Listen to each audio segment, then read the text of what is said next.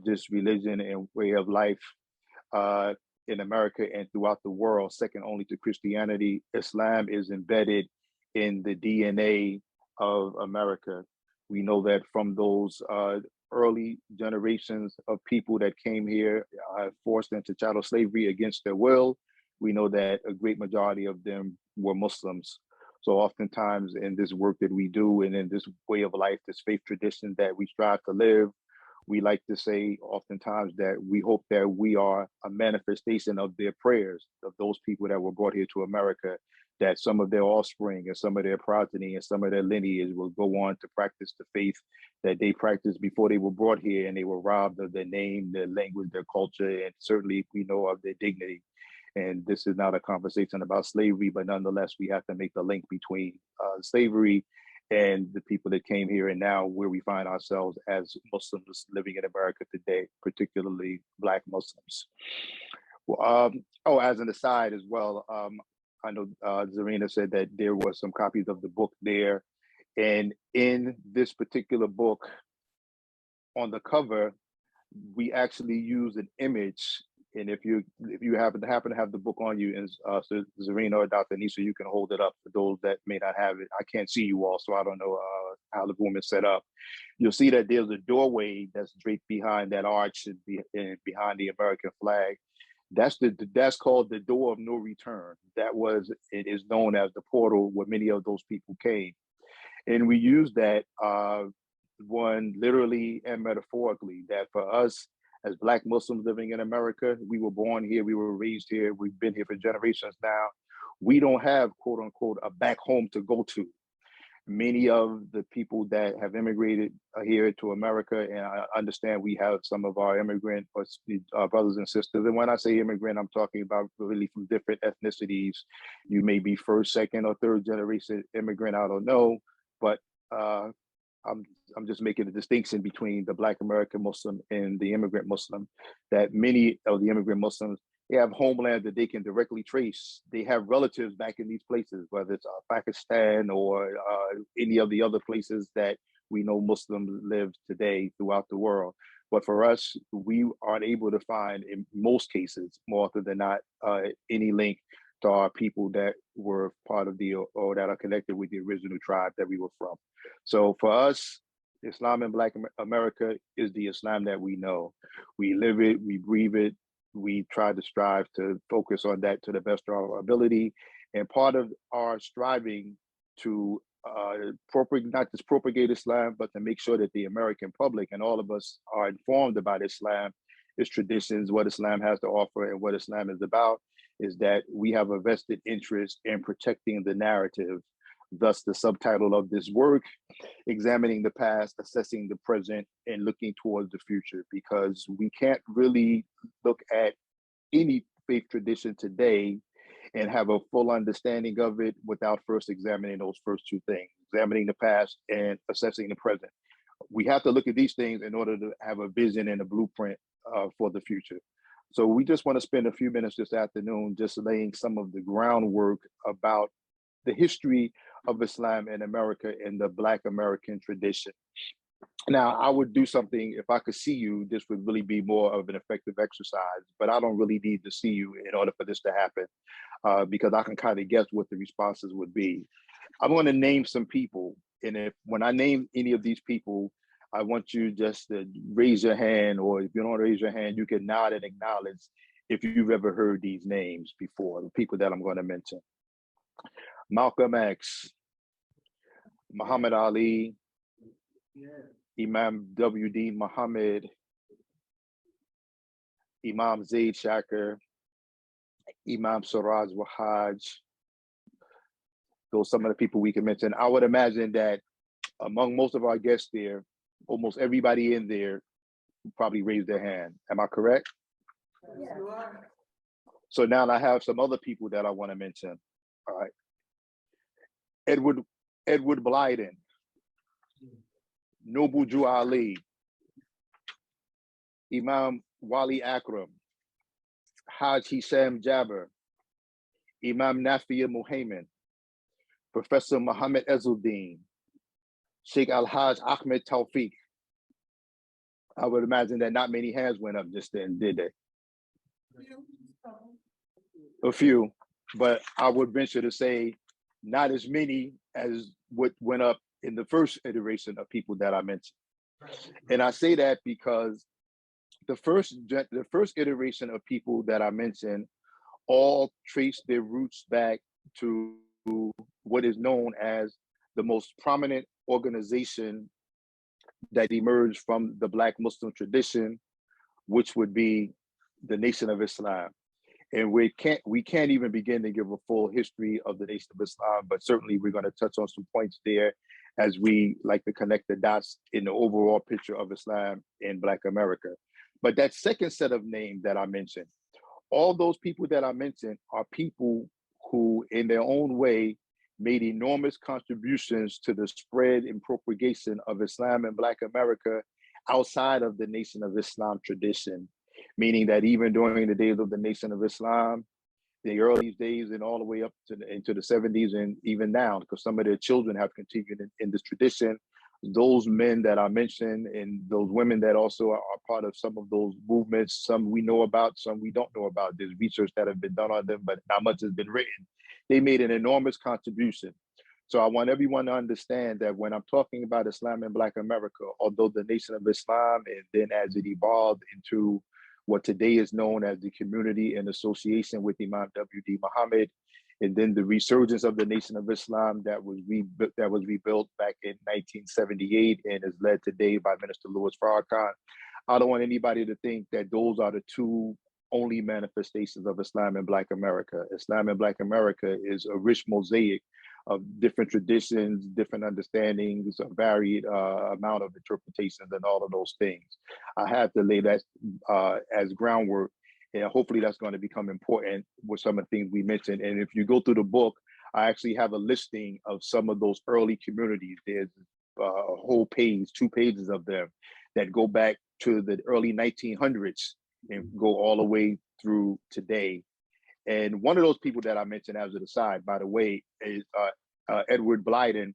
Edward Blyden was not a Muslim. Edward Blyden was Christian, but he maintained, and his thesis was that when you studied Islam and when you studied Christianity, he believed that Islam was the natural religion and the religion that was more suited for Black people. And he has an amazing thesis that he wrote about this. You can find it published in a book on Amazon or any other place where you may buy your books.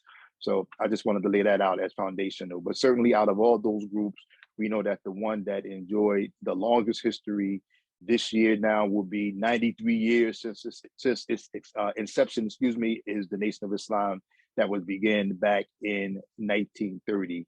So before I go into a couple of points that I want to go through historically, one of the things that I did in this book, and I want all of us to take note of this, is that I focus particularly in this book in the early foundational framework of it, because I think that this is really important to understanding the underpinnings of the history of Islam in Black America, is that there are a couple of key events that help to shape the landscape of Islam in Black America and Islam in America in general, then up to now. And I'm going to mention all of these events, but there's one that I want to focus on that is going to be the first one that I mentioned, but I'm going to go through all of them. And you can find this in the book, specifically if you have it with you, on page 6. So the events that I believe in my research and in my experience and having looked at the subject of the history of Islam in America, particularly in the Black American experience, there are key dates, key landmarks and milestones that we need to pay attention to. The first, and I'm going in chronological order, January 15th, 1965, in the signing of the Immigration and Nationality Act. And that's a very important milestone for our immigrant Muslim community. And I'm going to go back to that after I mention the other, because that's what I'm going to focus on for just a few minutes before we go to Q&A, because I want to spend some time in Q&A, but I want to frame out why that first one, January 15th, 1965, signing of the Immigration and Nationality Act, is very important. Second of those major events, February 21st, 1965, in the assassination of Malcolm X, who was also known popularly as Alhaj Malik Shabazz. February 26, 1975, and the ascension of Wallace D. Muhammad as leader of the Nation of Islam, and the beginning of what is commonly referred to in Muslim American history as the transition, meaning the transition from the Nation of Islam into a broader traditional practice of Islam as practiced by almost 2 billion people throughout the world. Next of those historical events, September 1977, and the start of the rebuilding of the Nation of Islam by Minister Louis Farrakhan. The next event, April 28th, 1985, and the dissolution of the American Muslim Mission, which was the group that Imam W.D. Muhammad transitioned the nation into. It went through a series of name changes, and by 1985, 10 years after he assumed leadership, he dissolved that group that was effectively the prototype or the forerunner of the Nation of Islam. And then there's 2 more events left in this chronological timeline that I want to mention. February 25th, 2000, in the public reunion of Imam W.D. Muhammad and Minister Louis Farrakhan in Chicago, Illinois. And that event is particularly important because it points us to a connection between those 2 entities that sprung forth from the roots that were planted in the Nation of Islam under Elijah Muhammad, who led it from 1930 to 1975. This 2000 meeting was the meeting that kind of brought those 2 divergent paths that come from the same roots together, and has helped to put us on some of the road and trajectory that we're on today. And the last of the events that I look at as being a key milestone for Islam in America is September 9th, 2008, the passing of Imam W.D. Muhammad.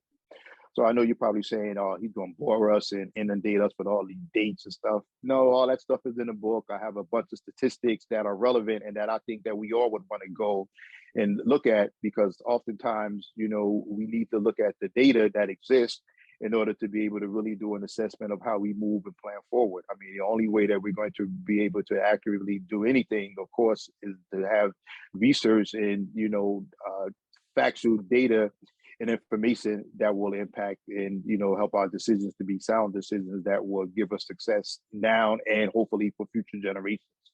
But I want to go back and I want to look at this January 15th, 1965 signing of the Immigration and Nationality Act. Before that act was signed, there was a law that was passed in 1924 that in effect, it basically banned people that were immigrating from countries other than countries that were known to be of European origin, of white countries, meaning that anybody that was coming from Southeast Asia or any of the other places that people regularly immigrate from now, all of that had stopped back then. And it wasn't until this law was passed in 1965 that we saw the floodgates of immigration begin to open. Concurrently with that, we look at the history of Islam in America and we see that it was that point that really the first major group of Muslim college students began coming to America, or those college-age students, and that is what gave birth to the organization that is ultimately known today as ISSA, the Islamic Society of North America, and of course the MSA, which is the youth division, so to speak, of that particular organization. But all these organizations, or those 2 organizations, along with some of the other ones, can be traced back to those early students that came here in 1975. As a result of that, many people, when they're writing the narrative of Islam in America, they often use this 1965 date as a landmark for really when Islam in America was ultimately established.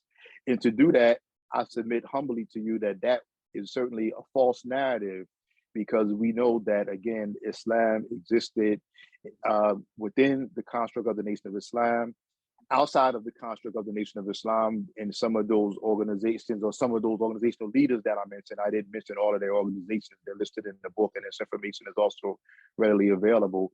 Those people were already practicing Islam in various degrees when this group of students came over here. But it's not uncommon now to be in gatherings and national conventions and all throughout, you know, the country in my travels over the past few decades, where you commonly get this narrative that Islam didn't really take root until the immigrant, you know, population began to expand here in America, and then those those people went on and became, and you're married and had families, then the next generation, until you have what you have now, where, you know, Islam, again, is a beautiful mosaic of people of all nationalities and all ethnicities.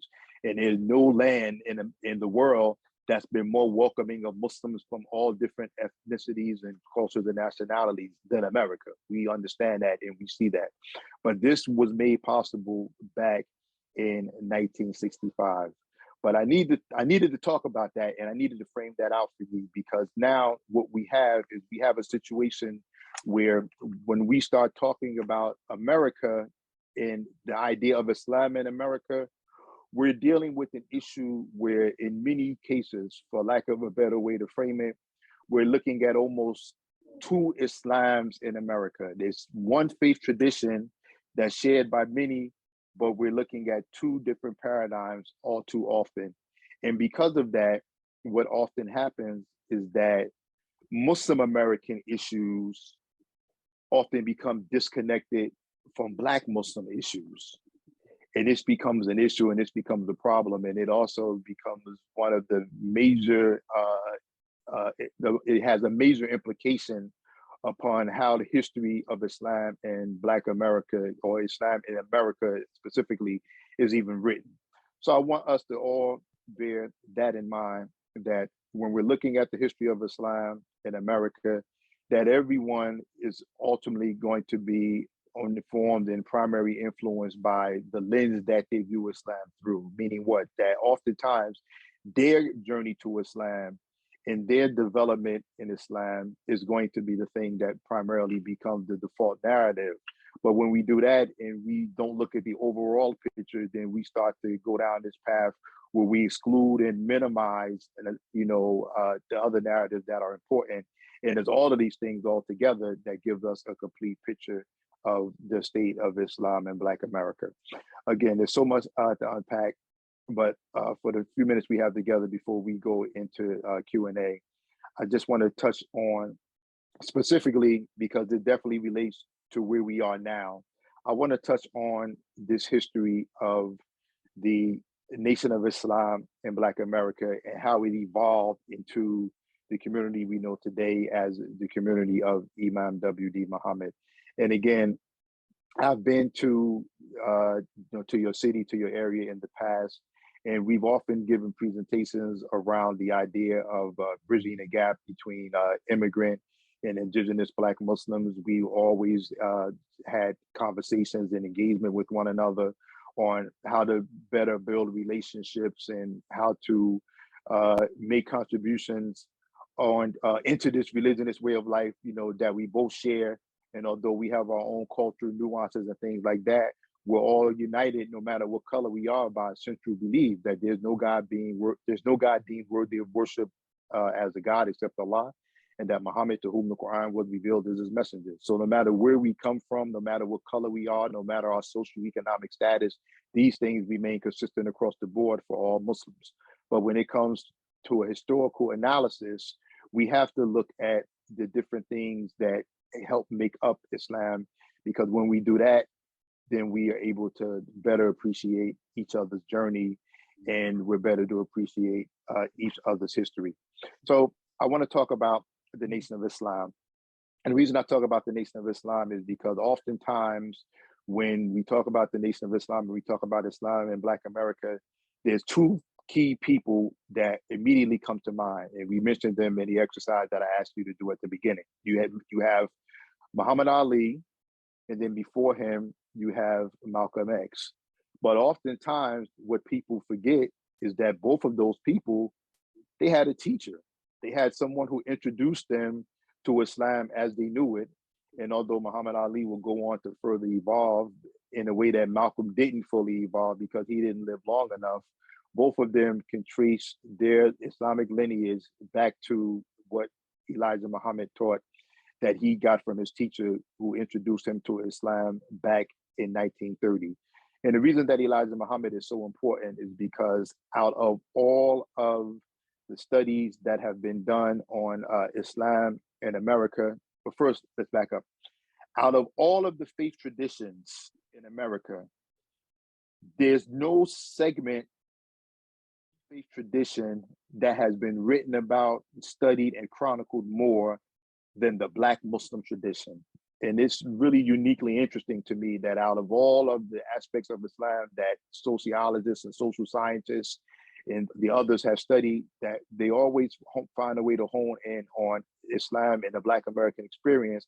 And I would argue and present to you that that is probably because Islam and the Black American experience has left such an impact on the American society at large. And part of that is because of the popularization of people like Malcolm X and Muhammad Ali.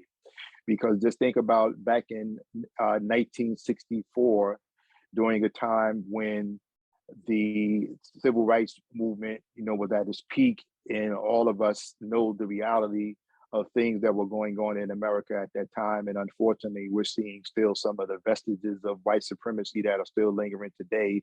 And we pray for our country and for our nation that we'll be able to navigate through these things. We know that it was back in 1964 when a young, overly confident boxer named Cassius Clay predicted that he was going to be the next heavyweight champion of the world, and he knocked out the favorite contender. And then the next day he announced to the world, you're not going to be able to call me by my slave master's name anymore, the slave master whose family owned my family. He said, you're going to have to call me Muhammad Ali. That single moment did more to amplify Islam in America, arguably, than any other single issue that we can look at and that we can point to.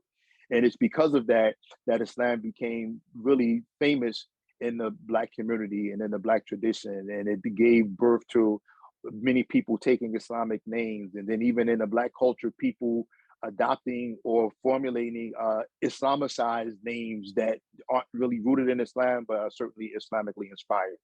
Then before then, we go to Malcolm X. And I'm telling you this in order, again, to give you the impact of the Nation of Islam. You have a man who we know his history before he embraced Islam as he knew it. He was, as he described himself, a wayward criminal, the worst of the worst, a pimp, a hustler, a thief, all of these things, that are part of the nature of human vices that people live with and people struggle with.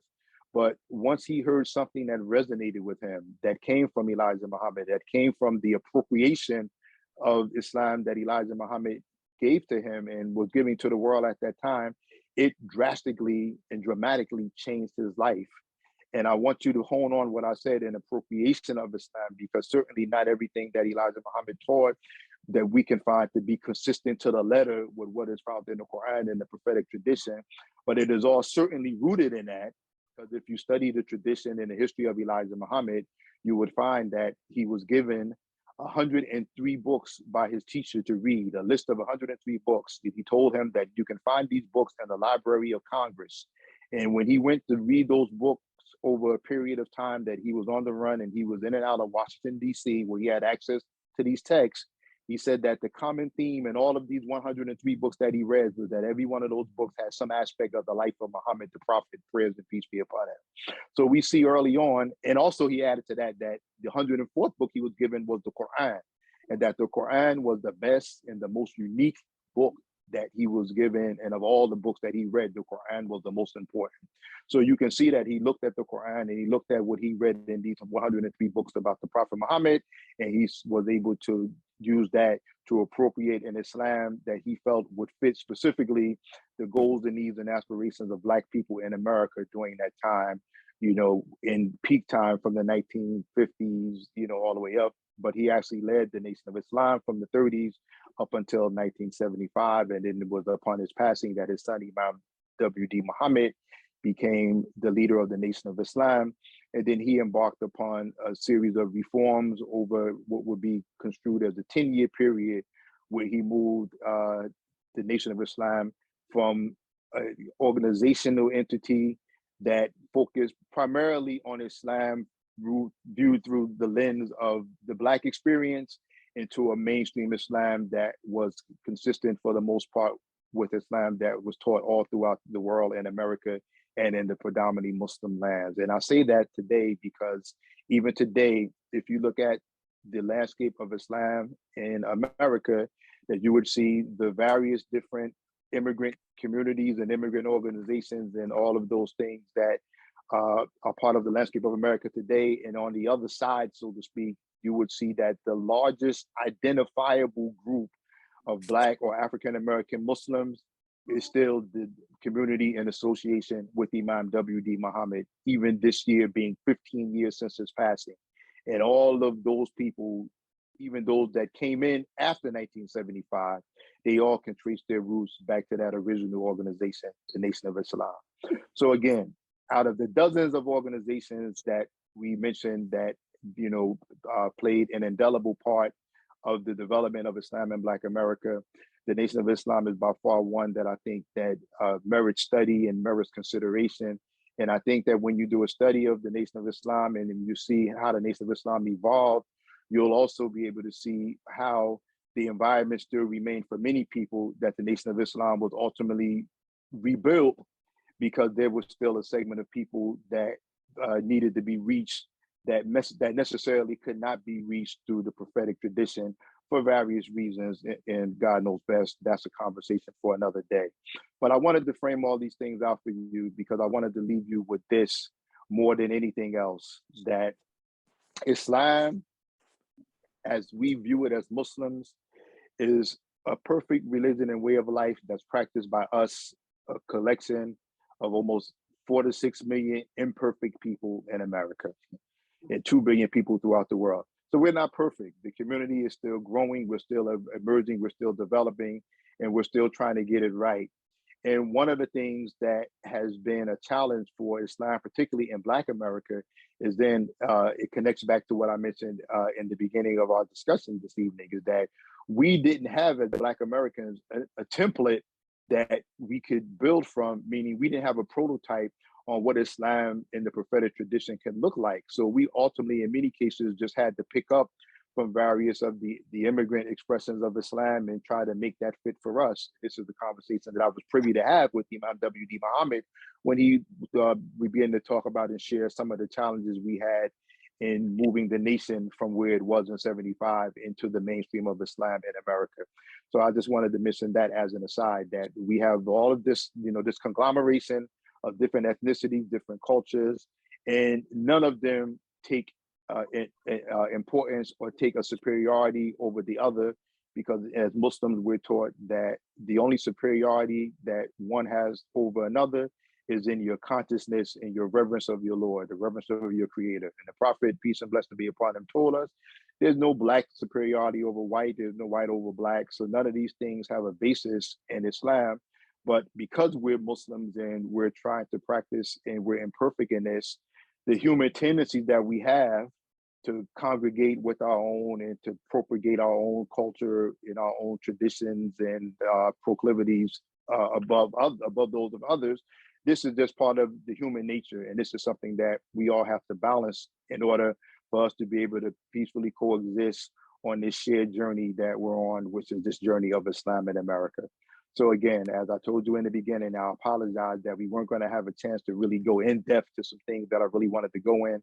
And this could actually be a lecture series. I'm hoping that I'm blessed at some point to develop a course that we can teach, at the undergrad college level, or maybe at the junior college level. I don't have the academic credentials to teach it at, the major colleges, but this needs to be taught, because what happens is that we have all these different books out, and most of the people that are writing, they're always people that most oftentimes are writing about us, and they don't necessarily have our perspectives because they're writing as researchers, and oftentimes they don't share that journey. And I'm not saying that's necessarily a bad thing. Maybe they can perhaps be a little bit more objective, but at the same time, there's so much in terms of nuance that gets left out when people are being written about as subjects, and those people that are being written about don't get a chance to really add and give from their narrative, from their journey. And this is why the narratives and the autobiographies and the memoirs and things that are written across all the ethnicities of Islam in America, these things are very important, because it helps us be able to share in the rich stories and the rich traditions of all of those that immigrated here, those that were born here, those like myself whose parents converted to Islam as teenagers in the 1960s. And now I'm, 58 years old, grandfather of 5, and now we're 4 generations deep in our family, so we have a varied an amount or number of ways that we got to this point, but we're all on the same shared journey. We're all in the same shared faith tradition, and we all look at ourselves as being Muslims in America, whether you're Egyptian, whether you're Pakistani, whether you're African American, whether you're Somali American. We look at ourselves definitely first and foremost as being Muslim before anything, and Americans and American citizens, and we embrace those things that are the best of what America has to offer in a way that doesn't put us in conflict with our faith. But I will leave you with this final point that I want you to consider, that certainly for the Black person living in America and all that our people and our ancestors have been through, civil rights and before civil rights, the Black person in America is always going to have a different relationship with America than the immigrant in America.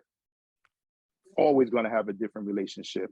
And as long as we understand that, and as long as we embrace that, and as long as we continue to share and learn from each other's experiences, then we'll be able to continue to grow, and we'll be able to continue to propagate and shine Islam as a beacon of light for all the people to see throughout America, even those people that aren't Muslims. So with that, I'll end and I'll say that anything that I said that is correct is from the Creator, and I give all thanks and credit to Him. And anything that I've said that is incorrect or that is debatable or that you take issue with, then that comes from me. And if then I said anything to unintentionally offend anyone, please charge it to my head and not my heart, and know that I have the best of intention. And hopefully that maybe what is a misunderstanding will be the basis of future dialogue that we can have, so we can continue this journey as brothers and sisters in humanity, whether we're of the same faith tradition or whether we're of different faith traditions. Thank you for your time and attention. And I'll turn it back over to our host for a few minutes of questions and answers. Thank you very much. Assalamu alaikum. Wa alaikum salam. Wow. This was a very stimulating lecture and brilliantly taught. Thank you so much, Imam Amin. Thank you. I appreciate being able to be with you. I hate the fact that I couldn't be there in person, but again, it just makes me know that we have to strive to make an in-person event happen. It was 10 years ago that I was last there. I can't believe it's 2013. Been that long, February 2013. And I vividly remember it because I got stuck in Chicago and had to sleep in the airport overnight before I could get back to New Jersey. You remember that year? I told you and Mom about that particular journey. It took me a while to get back. That's not the reason that I haven't been back since then. Yeah. But that's not the reason I haven't been back. It's just, with the time and the research and everything that's been happening. But now we're in a position where I'm hoping and praying that we can get back in. You know me, I've been to Arizona in the summer, so I can handle it, even if we make it as a summer trip and we'll come. I came and we did the Susan Komen breast cancer walk, and it was 112 degrees. That's right. So we'll make it happen. But let's do any questions that we can, because I'm going to have to ask to be excused in about 10 minutes or so, because I'm going to need to change locations from here to where we're going to have our other event at 6 p.m. my time and 4 p.m. your time. But we have a few minutes for some questions, and of course, I'm available for any questions you may have online. You can follow me on social media, Twitter, Facebook, Instagram. I'm always accessible. I pride myself as being hopefully one of the most accessible authors that many of you may ever meet, where I answer every email and every correspondence personally, so I love to engage people. Thank you. I love to engage people offline. So anything that we don't answer today in Q&A, you can always reach me online via social media. And certainly if that doesn't work, then you can hold it until we're together in Arizona, hopefully in a few months. Inshallah. Thank you. We do have a question right now. Would you mind sharing it from there? And if I need to repeat it, then I can. Just maybe say your name and your question, brother. Can you hear me? Yes, I can. Thank you. Can you, Imam Amin? Yes, I can hear him so far. Okay. Yes. My name is Brother Jerry. I've been a Muslim since 1968. I was involved with the First Resurrection, and I converted to Islam. My question is about the Farrakhan movement.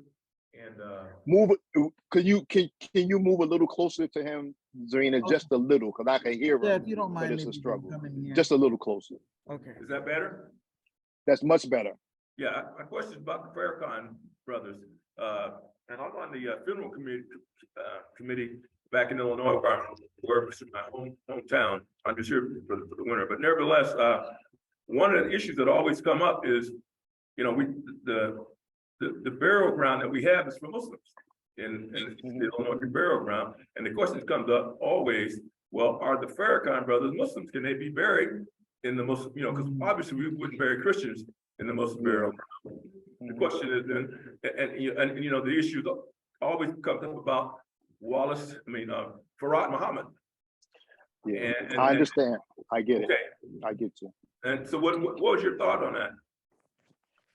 I want to answer. I'll answer that. I'll give you the short answer now, and we can engage more deeply into it offline. But in my view, and in the view of what I studied, even though we have ideological issues that, you know, we would look at from a different perspective, meaning us and those that are in the Nation of Islam, we would still be able to include them within the pale of Islam, in my view, in my humble view. And I have evidence that we can discuss that would support that view, but we can hash that out in this forum. But the short answer, that if I was in a position of responsibility, even in that particular cemetery, no, it wouldn't be an issue for someone in the nation to be buried in that cemetery.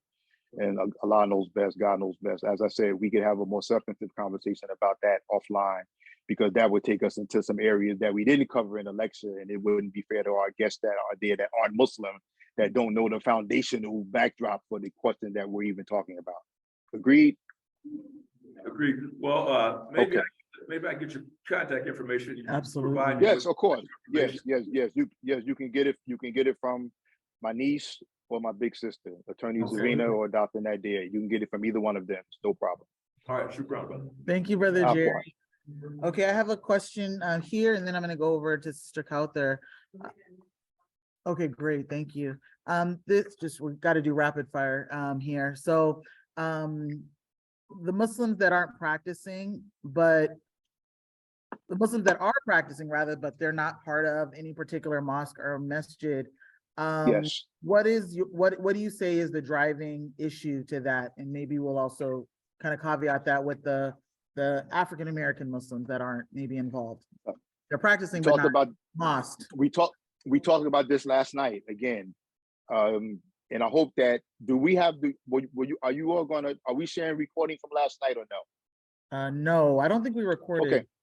Okay, all right, no problem. Normally on Zoom, you normally record if you go back and get it. But if we don't, let me answer that question briefly. 80% is estimated that 80% of people that say that they're Muslims, that they're classified as known as unmasked, meaning that you may see them occasionally for Eid or a Muslim function or what have you. They practice Islam, and they're practicing Muslim to the best of their ability, but they don't have any connection institutionally.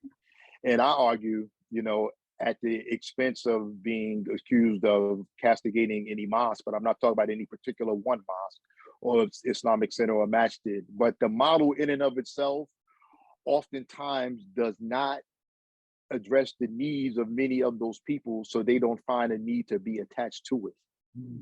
In a society that we live in, where people are pressed for time, there's hustle and bustle with people just trying to make a living and take care of their families and things like that, if the time they spend in a mosque isn't necessarily a good experience, or isn't necessarily an experience that engages them and that keeps them and or their families connected, then you're going to find that people are just going to opt to practice Islam at home in the confines of their own home. I had a sister who's near and dear to me, one of the elders from my mother's generation, told me, so she doesn't go to the masjid. She said, I just stay home and watch, I make my prayers at home, read the Quran, and watch YouTube and watch the Deen show. And that becomes a person's connection in lieu of not having a connection with a mosque or Islamic center or another institution on the ground.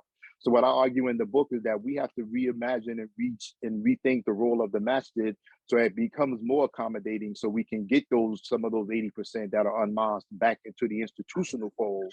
Because if we fail to do that, then we're going to continue to see some of the social and societal challenges that face us, particularly when it comes to our young people that don't have any social interaction with other Muslim children. And as a result, they're oftentimes impacted and affected by the things that they see that are negative from the culture of outside of Islam. Thank you. Thank you very much. We have just two, we have two questions. We'll try to end it there. Kauthar, I'll have you go next. Yeah, if you can just kind of speak up from there. Yeah, just, I think he can hear you from there. Yeah. Okay, Assalamu alaikum. Walaikum salam, Kauthar. Um, I will definitely buy the book today, inshallah. I don't see a price tag, but we'll buy it.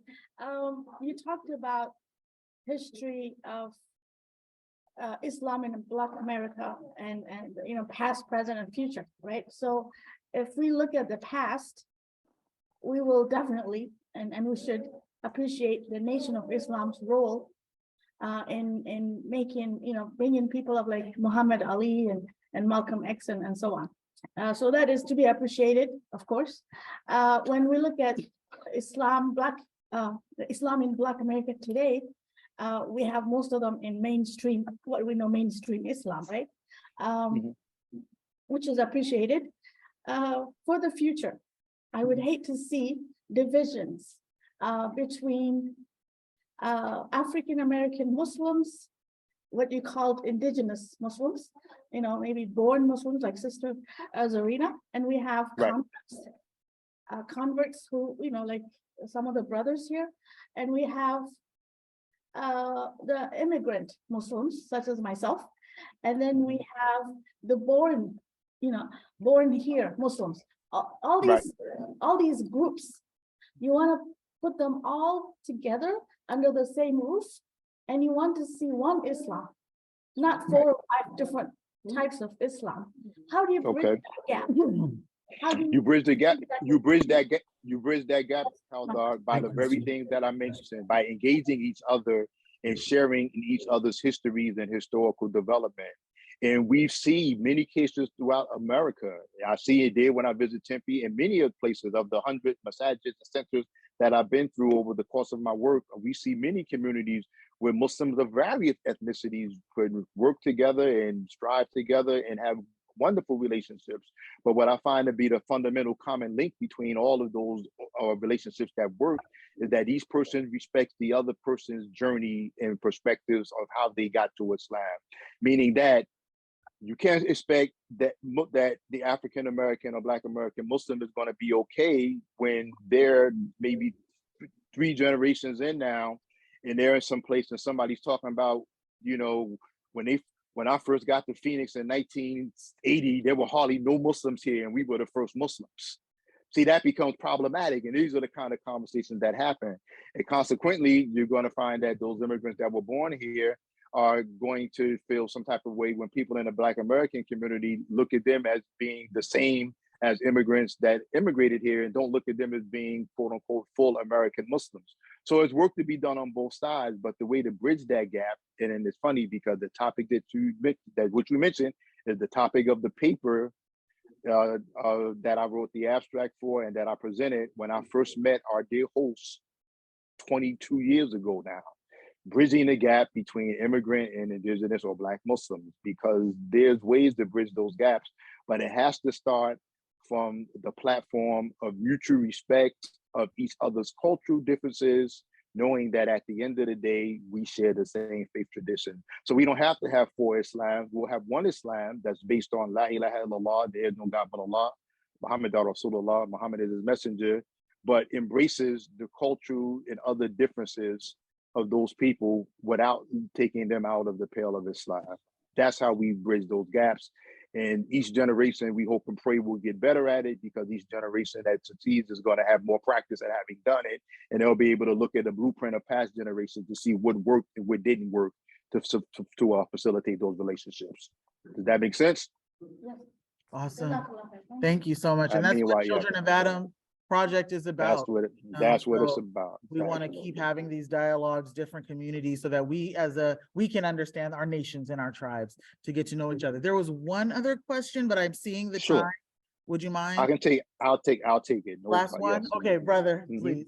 Thank you. Maybe come a little closer. Come a little closer here to the mic here. Can you hear me? Yes, I can hear you. Assalamu alaikum. Wa alaikum salam. My name is Idris. I'm part of the ICC Mantle of Mercy. It's a prison outreach program that we have going on out here. One of the Yes, sir. questions I do have is, I'm not too familiar with your work, but is there something that you're doing out there or networking with other brothers and sisters to reach to the brothers that are incarcerated? Because when we talk about the growth in Islam, as far as it being one of, if not the fastest growing religion in the world, it also stems inside the facilities. We have a lot of particularly Black brothers who are embracing the deen, embracing the religion at a rapid pace. And there's really not a lot of outreach that's going on inside of the system from out here to help the brothers in them transition into the religion correctly, because a lot of the deviant behavior stems from in there because it's not a foundation established with sound brothers such as yourself and other brothers to be able to come in there or create some type of dalil or curriculum that can help them. So my question is there some type of networking going on that maybe ICC can participate in with you guys as well to further reach out other brothers and sisters incarcerated? Yeah, it's going on as we speak, and there's so much more work to be done. And brother, I'm familiar with your work. You are the ones that put on that play when we had another program, and you all presented that skit, if I believe, right? That's right. Yep. That's right. See, yeah. I remember. Yeah, I remember you. Yes. So I respect and appreciate your work, and I've worked as a volunteer prison chaplain. So I know exactly the reality that you speak to. And to answer your question in the short version, yes, it's going on, but you know that the need far exists, far exceeds, the capability that we have to serve those needs. And because of that, we have some imams in certain cities that have been doing like tremendous work, in servicing the prison within their city. I got an imam in Georgia that services over 100 prisons in Georgia and parts of Florida. I mean, it's crazy. So, but to your point, there's some organizations that are on the ground working, and I have a brother that I work with who's an attorney who actually has an organization called Black Dawah Network, and all they focus on pretty much is prison outreach and reaching those young brothers, particularly gang members that are incarcerated, that embrace Islam when they're in the prison. And he reaches out, he connects with them. So please get my contact information from from my niece, and then I'll connect with you and get you some numbers, and we share some information in terms of contacts in some of the different cities, and maybe you can network with some of them and maybe be able to benefit from some of the resources that are existing, and it may give you some ideas of some things you can do even there in your area through ICC. Excellent. Well, thank you so much. We appreciate you, Imam Qasim Amin Nathari. Please help me thank him for joining us today. We truly appreciate Thank you so much. We appreciate your work, your commitment to this work, and we are just so grateful that you took the time to be here. Again, we have the State of Islam in Black America. I'm glad you talked about what the cover represented. It's beautiful. Yes, please go ahead, get yourself a copy. They're here. And we're also, actually, we had a question. Are these books available on Barnes & Noble? Because we had some brothers who wanted to get them in while they were incarcerated. They don't have to get them from Barnes & Noble that are incarcerated. We're an independent publishing company. You order them directly from us, and we can send them. We have clearance to send into the prisons. Excellent. So that's no problem. And the reason we don't start out initially doing books with Barnes & Noble and Amazon is because one of the things we're trying to do is we're trying to build independent platforms for people to get books. And I hate to say this, or I'm glad Amazon or Barnes & Noble isn't a sponsor for your program, but Amazon and Barnes & Noble get enough of our money. Let's start supporting independent bookstores and buying books there. Understood. Those people that have to pay the rent on those shops in order to keep those shops open, let's buy our books there where we can, or support the authors online instead of buying them from Amazon. And when you buy them on Amazon, the authors don't even make any money because Amazon charges you so much to keep your book in their inventory that basically you're just on Amazon just to advertise the book. You're not even making any money. Yeah. Excellent. Well, thank you. That point well said. You can go to nathari.com to get the book. So nathari.com, nathari.com. And with that, we know you have to go. Jazakumullah khair. May God bless you, Amin. bless your whole Thank you so family. much. You know, Thank you. relieve the stress I know that you had that made it so that you weren't able to be here. So may God resolve that in a positive way as Thank well. you. So thank you so much. Again, another round of applause for Imam Amin Nathari. We hold you to it to come see us in person, Thank you. inshallah. Thank God you. willing. Thank you. We'll be Oh, there soon, God willing. Thank you so much. appreciate that. Thank you. So, All right. Assalamu alaikum, everyone. Wa alaikum salam. May peace be upon you.